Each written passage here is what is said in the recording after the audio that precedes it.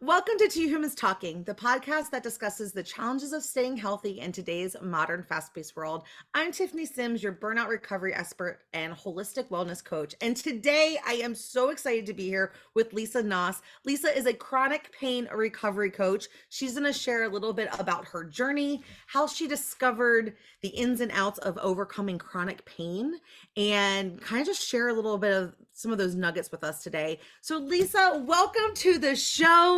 Thank you for being here. Thank you, Tiffany, for having me. I'm really excited Yeah, to be here. thanks.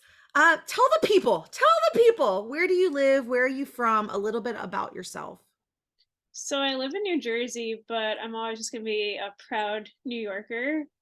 And we'll go into this in the episode, but I'm a chronic pain recovery coach, which means that I help people not just manage chronic pain, but actually recover. And unfortunately, in Western medicine, we're taught that we can't even recover from chronic pain, that we can just manage it.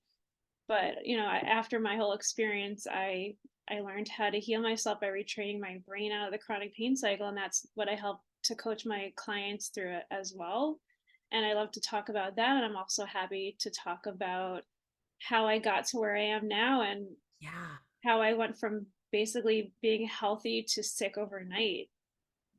that's, I'm really excited to hear this because there's not a lot of times that you hear someone be able, the empowerment of overcoming and recovering from chronic pain. Like you said, in 99.9% of the conversations you have with people who are in intense pain, it's about managing it and how to manage it without creating a dependency on narcotics or any other drugs to kind of help manage that. And so I think that's a really awesome conversation. And I'm curious. So you mentioned that you had your own story. Do you mind sharing what happened and how you came to find this path? Yeah, of course. I mean, it definitely took a while to get to this point. I don't want to say, oh, it's easy.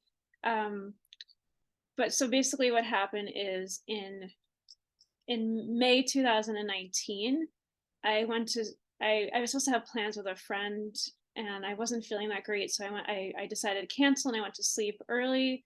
I woke up with the next day with a headache. And if you told me at that point that that headache would have lasted for 3 years straight, I never would have believed you. Yeah, You had a headache for 3 years. literally 3 years. And if How are I you had still 10 seconds, functioning? if I had, I wasn't, if I had 10 seconds of relief, maybe twice a year I had 10, if 10 seconds of relief. That was amazing. That was a miracle. But also I got sicker over time. So I, and also I'm the type of person who's always looking for answers and not going to be complacent about it. I'm not going to sit around and have a headache. So I was going to about 4 or 5 doctors a week, which was appointments trying to find more answers, but also just things like the chiropractor and acupuncture and PT, just trying to get any sort of relief, because in addition to having a constant headache, I had constant tight muscles in my upper back. So I thought that had to be the reason for it. It wasn't. That was just another symptom, but I had that. Um, I also over time kept getting sicker, which didn't make sense because I was going to 4 or 5 doctors a week. I developed chronic migraine as well, which meant that I didn't have a migraine all the time, but I had migraine like symptoms pretty much all the time. So I was either dizzy, had blurred vision. I lived in a brain fog. Like I just felt like there were plenty of times where my vision would go in and out of focus and I couldn't see a computer. I couldn't really do work.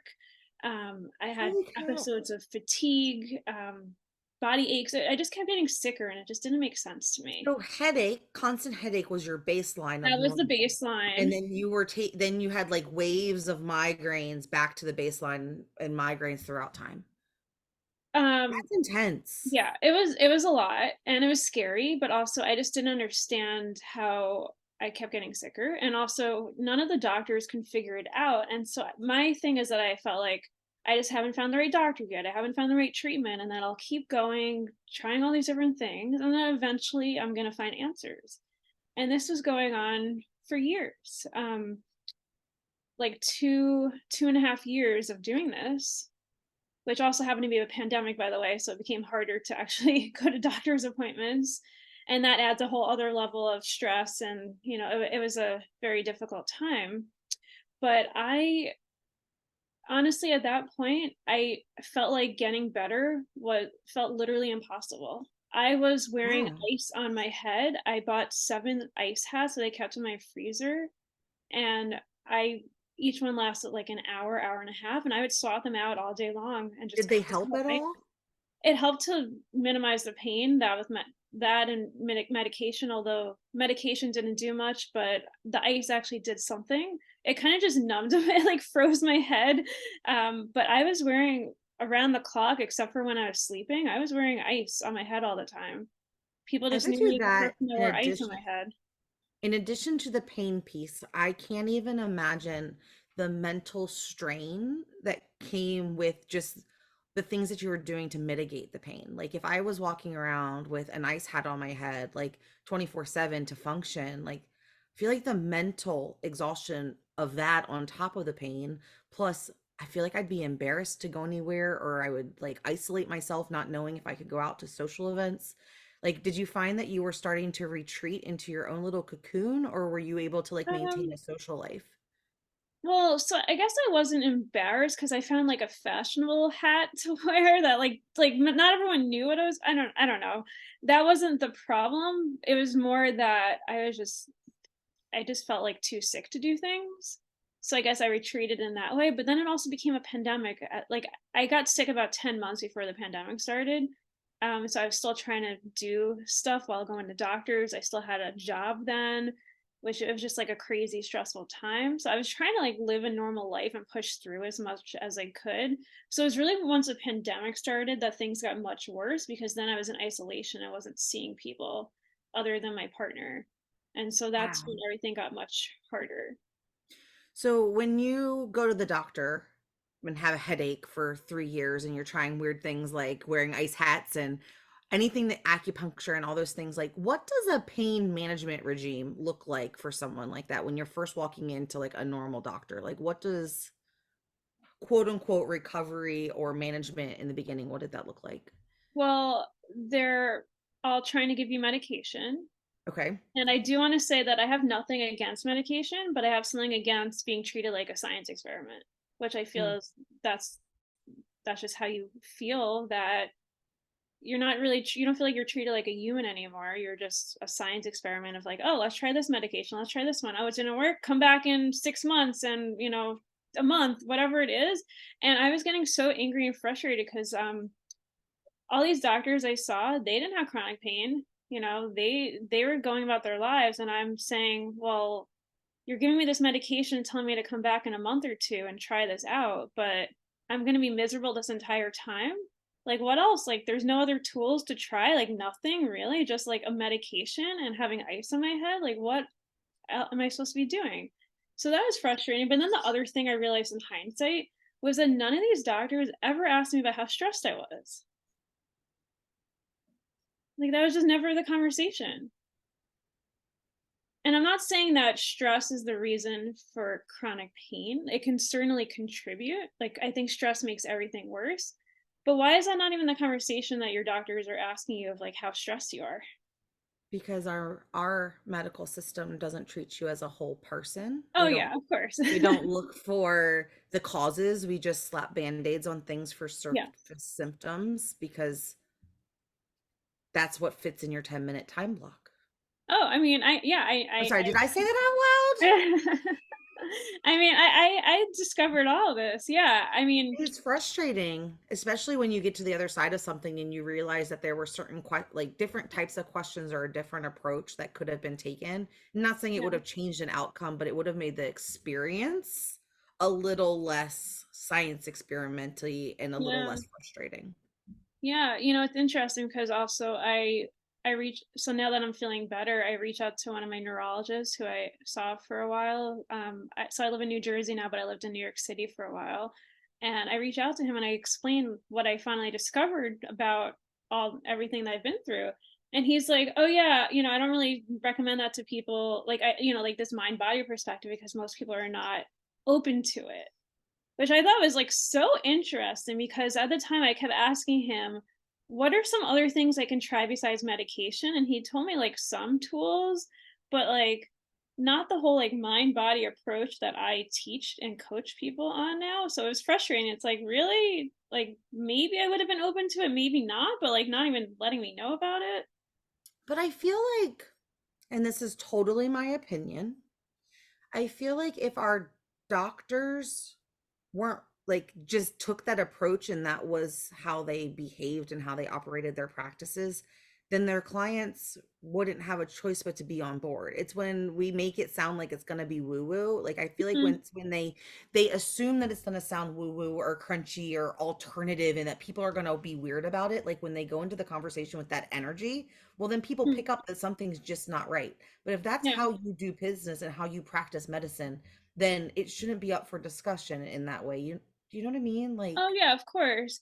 I mean, I've had other doctors who told me that, like, when I explained when I finally learned more about the mind-body approach, and they'd be like, "Oh, I'm not a psychiatrist." And I'm like, I'm not asking you to be a psychiatrist. I'm just saying, talking about the whole person and how it's important to, so basically what my approach is it's not just no matter where in your body you have chronic pain, it's not just focusing on that area. It's focusing on the entire body and everything that's led up to that point, which we might not even know everything. um but so basically what happens, like, the very short of it with chronic pain for the vast majority of people of what is going on is that no matter where in your body you are experiencing that pain, like let's say it's back pain or even headaches, right? It doesn't matter where in your body it is. It is all brain generated, but very, very real pain. Your brain has made a decision that you are not safe and it feels like it needs to kind of turn on this switch of danger, danger, and sounding these danger alarms in the form of pain that's chronic and constant to protect you. And so interesting. so the mechanism changes, like where you're no longer getting those signals from your body. So, like, the way I like to explain it is, like, let's say non-chronic pain, just like acute pain, you touch a hot stove and you move your hand away very quickly because it's Yep. hot. That's our body's way of protecting us. But what's happening there is that the nerve cells in your fingers are sending a signal to your brain, and your brain very, very quickly makes that decision. Oh, this is dangerous, move your hand away. But it first got that message from your fingers. But your brain is always the one generating, making the decision about pain. But what happens once it's chronic is that something switches in your brain, and now your brain is making that decision without first getting those physical signals from your body. So, like, if your back hurts, your brain has already learned this pattern over time, and it's keeping, it's like constantly On a loop. reinforcing it. It's on a loop, it's stuck in this loop, and we end up forming neural pathways in our brain for everything that we learn, like everything, from tying your shoe to learning a language, like everything, we form neural pathways that we reinforce as we use them. And so we unknowingly over time reinforce pain, even before. So, like, once you're stuck in the chronic pain cycle, we fear the pain, we avoid it, and those things keep reinforcing that it's something dangerous that keeps our brain stuck in this hypervigilant state. Hmm. And so the way to get out of that hypervigilant state of the chronic pain cycle is to turn down the danger and increase safety in our bodies, so that our brains feel that we're safe. And so I teach different tools to help people to do that. But also, there's, like, the way that people get into that chronic pain cycle, there's some sort of triggering event. So it could be stress, it could be something emotionally traumatic, it could be an injury, it could be a combination. But the thing that's most important is it's not just that one incident. It's been a buildup over years of your body, your brain really looking out for you and looking out for your survival, because our brains are not designed to keep us happy. They're designed for survival. Like, Yeah. that's just how we've evolved.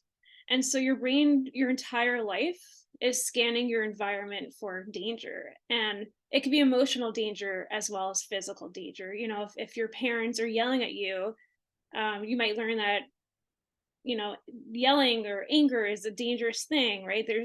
Or that you're not allowed to be angry because that wasn't allowed in your household. So like your brain kind of like keeps a note of all these things, and you might it's subconscious. You're not aware of it, but your brain is always scanning Yes, your the environment. autopilot. Well, it's more that your brain is always scanning your environment for threats. And so you might reach this threshold one time after this triggering event and not even realize that it was too much for you.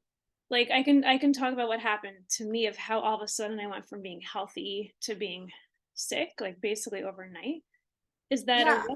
So let's, because I was so excited. I was so interested in hearing a little bit about your story about chronic pain. I haven't asked you yet. Like today's Lisa, how does Lisa like define or think about healthy? Like what does healthy mean to you right now? Yeah, okay. So healthy right now, let me think about that. Um, you know, it's interesting because it's different than I would have said a few years ago before I got sick that I was at the healthiest I'd ever been because I was so active. Like 2016, I had summited Mount Kilimanjaro. That's really 2000, cool. thanks.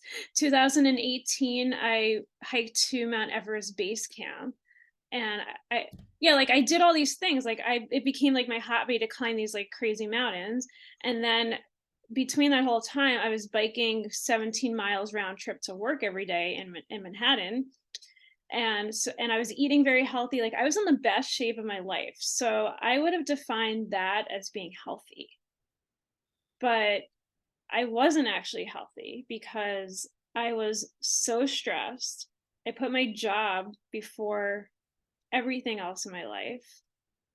Like my health was not my number one priority. I just took it for granted.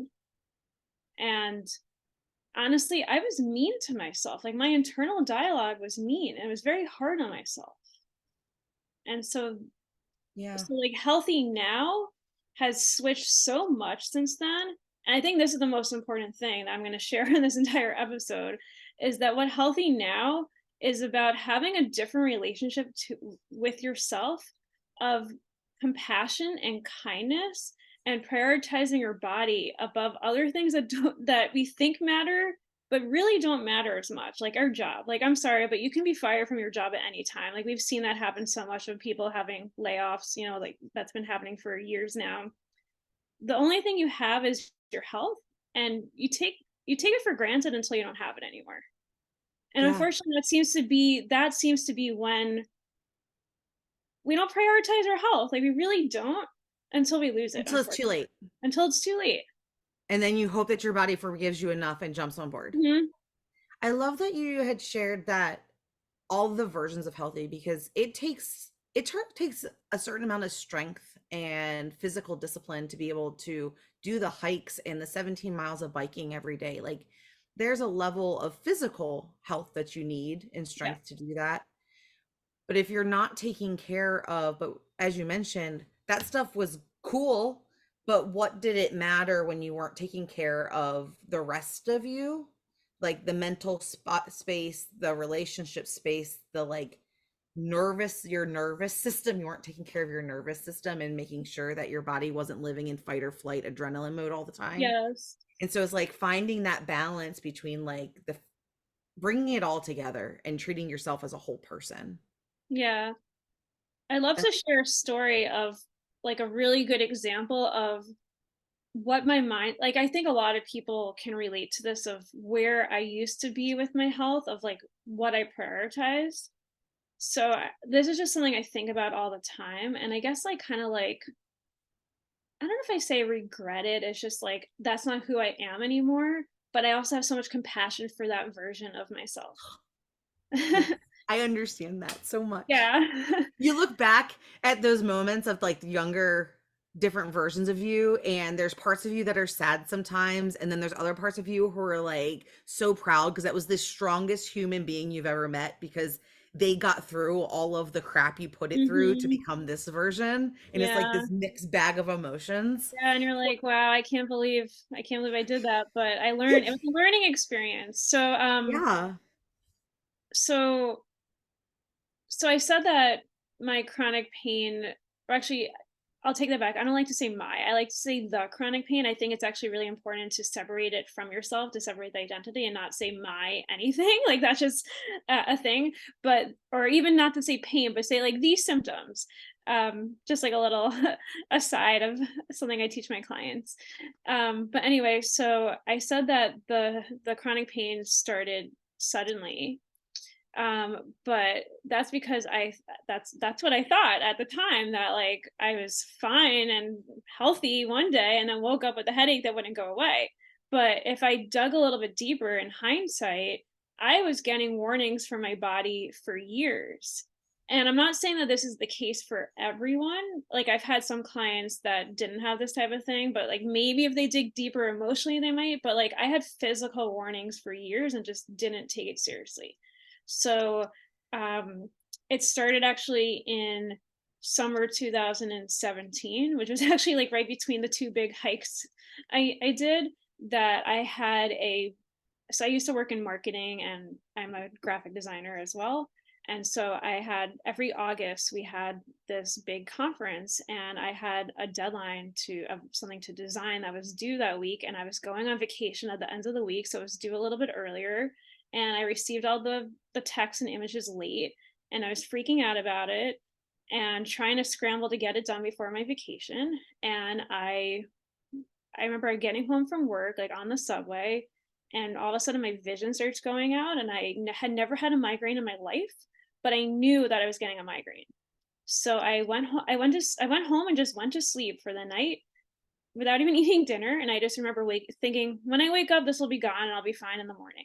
Except I still had that migraine in the morning. So of course, I always recommend that if there's a new symptom, you should always call your doctor. You never know what it can be. So I didn't have a neurologist, but I found a neurologist that was able to see me that day. But I for some reason I still decided to go into work with a migraine because I had this deadline. Wouldn't do that It's now. not slowing me down, I know, like I can't really see fully, but like I but need to I'm go to stronger work. than this. And this is like before, remote working. So I go into the office, like, I don't know what I'm thinking, but whatever. Like, I have compassion for this version of myself that did this, where prioritize getting this deadline done before, the vacation. Um, and I see the neurologist, and she doesn't find anything wrong, but she gives me a medication to try. And I seem to remember that I had it sent to the pharmacy by my office. And so the first time I take it is in my office. And I have, the office had this open floor plan. So I was sitting at my desk when I took this medication, and there were people around me. And I just remember shortly after taking this medication that I threw up. And I didn't Mm. make it to the bathroom. I threw up in the garbage can next to my desk, and people saw this. And my intern was one of the people that was right there.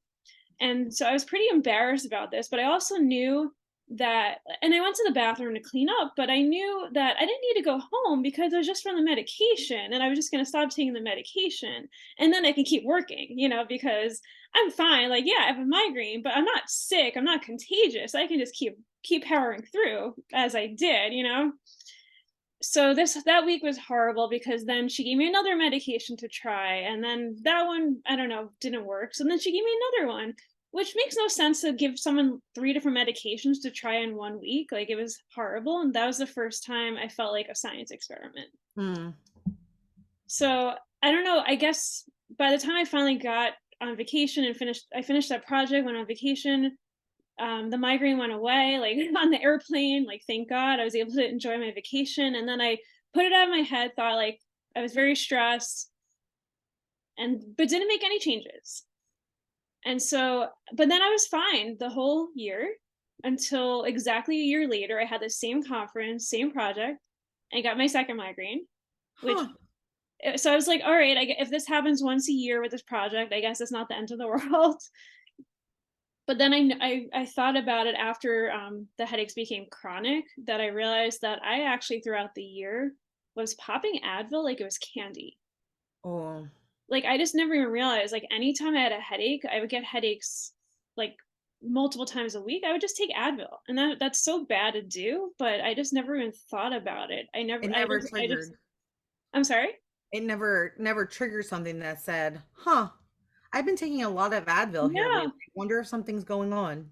Yeah, I never thought about it, but also I never thought of, like, not taking Advil. The second I felt any pain, I just popped a pill. I just never thought of not doing that. And so the so basically, like, what I wanna say with all that story is that there were signs for a while, and so it was my body trying to warn me. Hello, silly. You need to pay attention to us. Yes. Yeah, and I wasn't heeding the signs. I didn't make any changes in my life. I kept getting more and more stressed, getting well, I kept getting promotions every year. I was getting rewarded for behaving this way. So why would I stop doing any of this? You know, it's unfortunate, but this is the way our society is, that you work hard and then you get a promotion, you get a raise, right? So Yeah. and that's what I saw throughout my life as well. Like, you work hard in school, you get an A, so, like, why would you not work hard? I didn't see that there could be any other way of doing things. And then also I remember thinking, well, sure, I'm stressed, but everyone's stressed, right? Isn't everyone stressed at a job? Like, I don't see any examples of people in my office not being stressed. Like, it's just a stressful environment. And so I thought, like, I guess everyone's just, like, highly functioning with stress. And so that's how I went for a while, where I was just stressed all the time, and yeah, highly functioning until I wasn't anymore. So, what changed for you once you started experiencing a never-ending headache? Because now you're telling that story, like the headaches were there, you were just Yeah. able to manage them and kind of put them away with the Advil Yeah. throughout the week. Like, Uh, what changed? What changed? I mean, honestly, what changed is it became chronic, which meant that I couldn't just pop an Advil, like, Advil was a joke, it didn't do a single thing anymore, and actually no medication touched it. I would try all these different things, and it it just didn't. Like, if people have chronic pain, they know that medication might make you functional, but it's not doing anything really, like, maybe a little for the pain, but it's not getting rid of the pain. Like, I just Would had a you constant headache. Would you say that your body had built up between like those 2 years where it was just like those intermittent and that like annual migraine to the time where it just like wouldn't go away? Would you say your body built a tolerance up to the medication? I don't even know if that's a real thing or not. Or You mean a just, tolerance to Advil? yeah, where like it just So wasn't even like taking off the edge anymore. So there's definitely, I don't know about that, but there's something called, like, a rebound headache from taking too much Advil, but I don't know if that's really what was going on at that point. I think there's many different factors that could have contributed to it becoming chronic, but really we can't treat chronic pain the same way we treat non-chronic acute pain, because it is different. Something like, there's a mechanism in your brain that changes. It's kind of like the switch is stuck on the on position, where your brain is just shouting danger, danger, danger all the time. And over time, we get more sensitized to everything. Like, everything becomes a threat. Like, I got to a point a couple of years ago where I literally feared crossing the street. Just everything felt so unsafe to me, and that was just my brain was trying to overprotect me, and felt, like, these neural pathways have become so strong. Like, that's just how it works. And so to get better, we need to um, reinstill messages of safety instead of danger. And so if we keep reinforcing that fear by fearing our symptoms, like, that's going to keep strengthening it. So it's like, the work I do is helping people to be more aware of what they're reinforcing, and it's That's about a lot of fascinating. repetition, but, like, slowly. I'm sorry. That's fascinating. So Lisa, for someone who is in chronic pain and nothing they're doing, like all of the quote unquote normal things that someone would go to try to do, and their doctors may be prescribing like management medications, but really Yeah. telling them that there's no cure, that they're just going to have to figure out how to live with it, and that the best bet is to hopefully we'll find some combination of meds and Yeah. acupuncture maybe to help like cut the edge so that you can function. Yeah. What does a process of someone going like saying, I'm not accepting that diagnosis as the rest of my life, I'm not willing to give up on this, like what does that journey look like? How does someone start to make progress on recovering from chronic pain? when Yeah. they're looking for alternative Well, ways. so I do want to preface that the pain that I'm talking about is it's called primary pain. Like that's your main diagnosis. Like pain can also, be a symptom of many autoimmune conditions, but that is not, or arthritis, like that's, but that's not what I'm focusing on What's here. primary pain? I've never heard that term before. Like it's just it's not like a diagnosis, it's just talking about like pain is your main diagnosis. Okay. Like that's just what that means. But the pain that I focus on is it's actually this diagnosis, although I hate calling it a diagnosis. People don't need like another diagnosis, but it's actually called neuroplastic pain or mind body syndrome or TMS. It's all the different names for the same thing, but it basically means that the pain is brain generated, but very, very real. And so, and there's like I have stuff on my Instagram and there's other things online to find out if you do have this. But that's what, so like, but this is the vast majority of chronic pain. And so if you have one of those like, diagnoses, if you will, then that means that you are able to retrain your brain out of the chronic pain cycle. So that's the type of pain that I focus on, and many people don't realize that that's even possible, and unfortunately doctors don't either, because like this is newer, this is all science-backed information, but it's newer. And so if and it's not taught in medical school, so unless I'm not sure like the latest of what's being taught in medical school right now, but if you've graduated medical school a while ago, like, unless you're taking extra courses, you're not aware of this information, which is such a shame. And so people have to go out of their way to find this information. Like that's how I was doing research. That's how I learned about it. Tell most of us, yeah. It's I always find it fascinating. The things that you can learn when you start asking different questions is always like mind blowing to Yeah. me. But I do want to say that I really thought it was impossible for me. I when I imagine my future, I just imagined having, like, I don't have children yet, but I just imagined having like wearing ice on my head and like having trouble being able to take care of them. I thought like maybe by the time I'm a grandmother, maybe my hormones will be like better and I won't have to wear ice, and maybe by then the headaches will go away. But like I couldn't imagine a future without having a headache. It felt literally impossible. And so I want to give people a sense of hope that if you feel like you've tried everything and it's not working, I did too. I tried crazy things. Like we didn't even talk about this, but I tried a kale detox diet where I literally ate a pound of kale a day for a month. It was it was horrible. But really, if everything that you've been trying is focused on the symptoms instead of on your hypervigilant brain, then there's still something left to try. So, what does that mean? So How do we everything focus else, on our hypervigilant? well, first I'll just say like everything else is a band-aid solution, right? If you're focusing on your back pain, you might get a surgery that's unnecessary because your back is what hurts, but your brain is the one that's generating that pain. So we need to teach our brain to calm down the pain, to turn off the pain. And it's like treating your like there's people who've had back surgery and maybe it works for a little while, but then the pain will come back and they'll have another surgery. And this is, it's dangerous and it's risky and expensive. So why is it not working? But that's because it's the band-aid solution, that the back is not the issue. It's not the root cause. The root cause is your brain. And so it's the hypervigilant brain of like your brain being in a state of danger. But also it could be underlying, usually there's underlying emotions as well if your brain for many years feeling unsafe in some way. So there's different layers to this work, but really the place to start is, I mean, first of all, I think it's important to start with education and understanding the way that our brains work in terms of pain, and like really like understanding the chronic pain cycle. But also being aware, starting to become aware of how you might unknowingly be reinforcing danger in your brain instead of safety.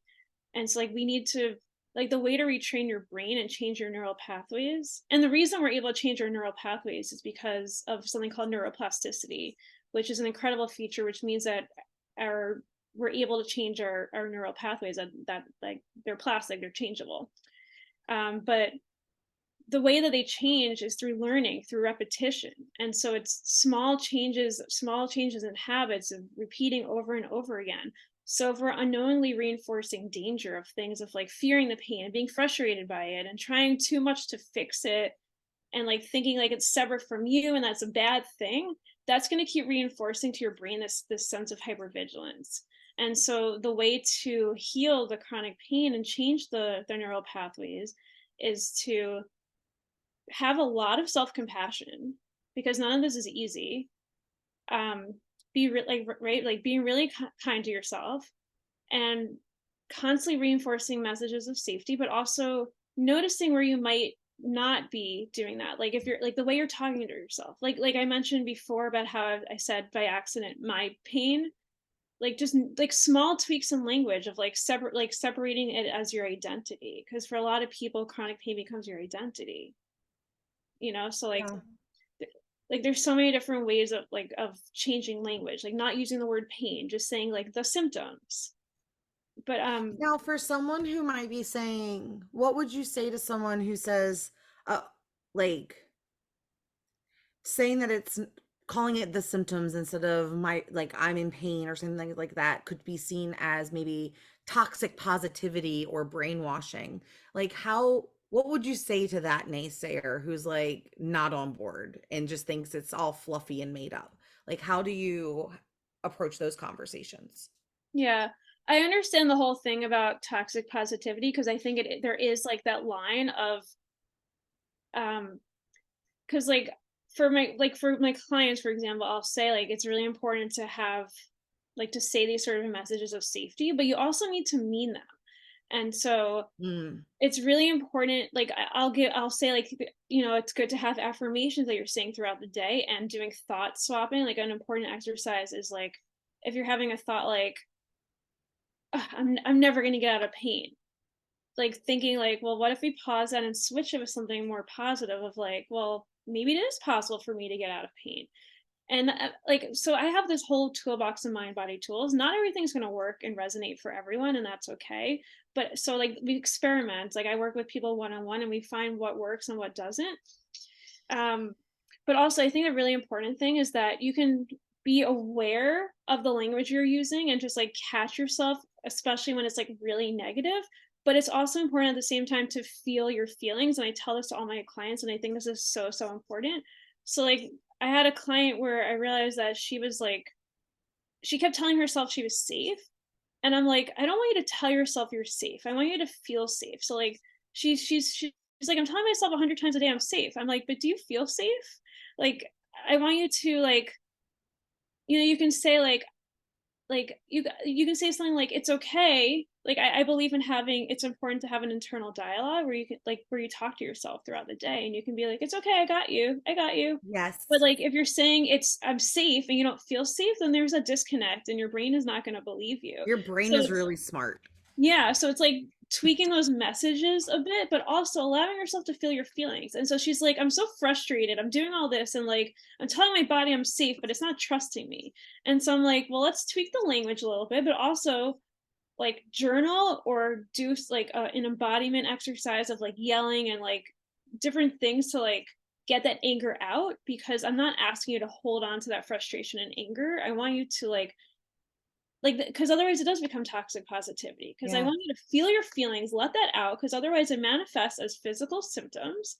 So like feel your feelings, and also at the same time adjust your language a little bit and be more careful about what you're I saying. love that because it's not about lying to yourself. It's No, like, we don't want to lie. accepting that this is real. It's Yeah. accepting that it feels crappy. That Mhm. sometimes I'm overwhelmed. Sometimes my body doesn't feel safe, and finding a way to like let that out while also Yeah. taking control of the way we're thinking about it and trying to like almost putting on like not rose-colored glasses, but a different lens to see the world in those Well, moments. yes. So the lens I think it is, it's really a lens of compassion, which I've had to learn for myself, self-compassion, because like I mentioned, I used to be really mean in the way I talk to myself.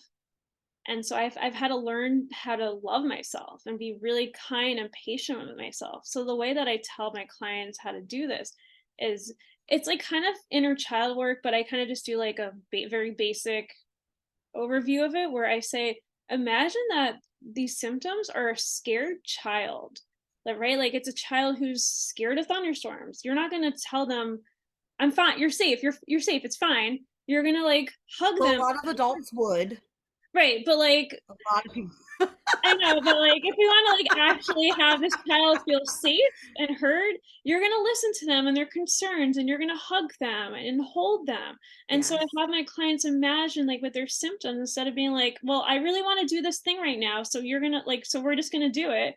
Instead, it's like, "No, slow down, hug yourself, have that conversation with yourself, listen to this part."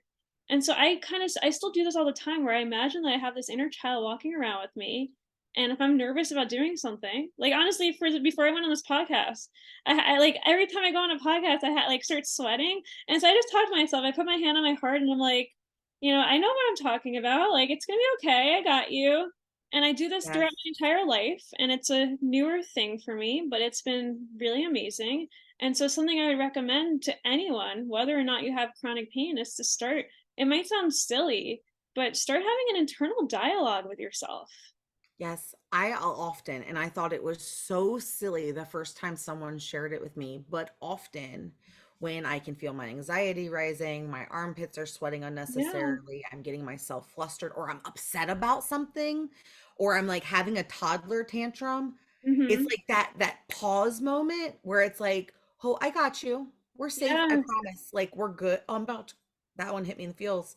But, Mm. like, I could feel myself about to cry, and Aw. it's because there was a previous version of you. For me, she's usually around 10 years old, where I wasn't safe and everything was not okay, and there was not someone there protecting me, and so I have to remind that person, Yeah. that little girl inside of me, that I've got this and that I'm gonna keep us safe because I'm smart, I know more than I did then, and I got this. Yeah. And it sounds so woo woo and so like weird, but when you start doing it, there's this sense of compassion and understanding and just this like ability to keep yourself safe that you didn't even know you were capable of providing to yourself, and it's almost like a superpower.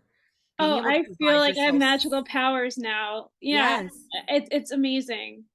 Being able to create safety for yourself when your body feels like something is about to eat it alive is a superpower. Yeah, it's so true. I've had so many experiences of that over the past, like, year and a half or so of feeling like, "Wow, I'm like such a like a magician here." Like, this is because like, you know what? I haven't taken Advil in like, not for headaches. Like, if there's something else going on, maybe, like fever or something, but, like, I really don't take Advil anymore, like, for headaches at all, but I know how to talk to my body. Within, like, 20 minutes, I can get rid of a headache, and I just feel like a magician. It's, like, really cool. That is cool.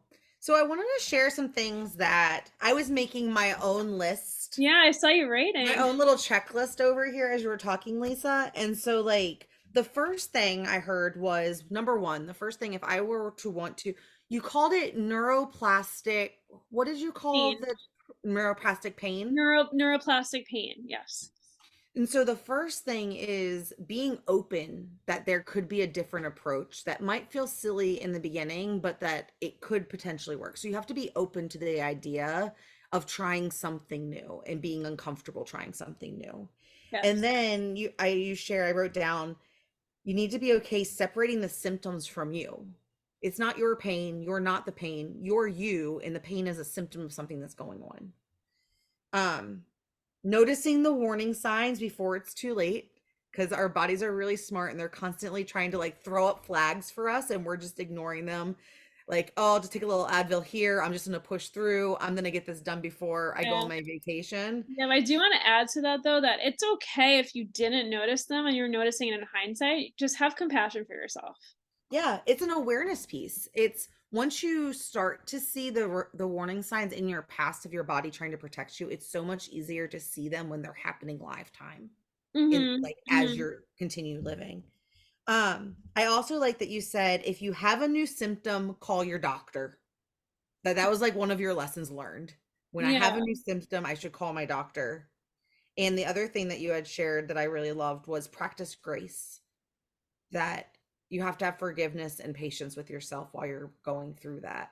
And I really think that's one of the most important lessons with this work that I've learned. Oh, I love that.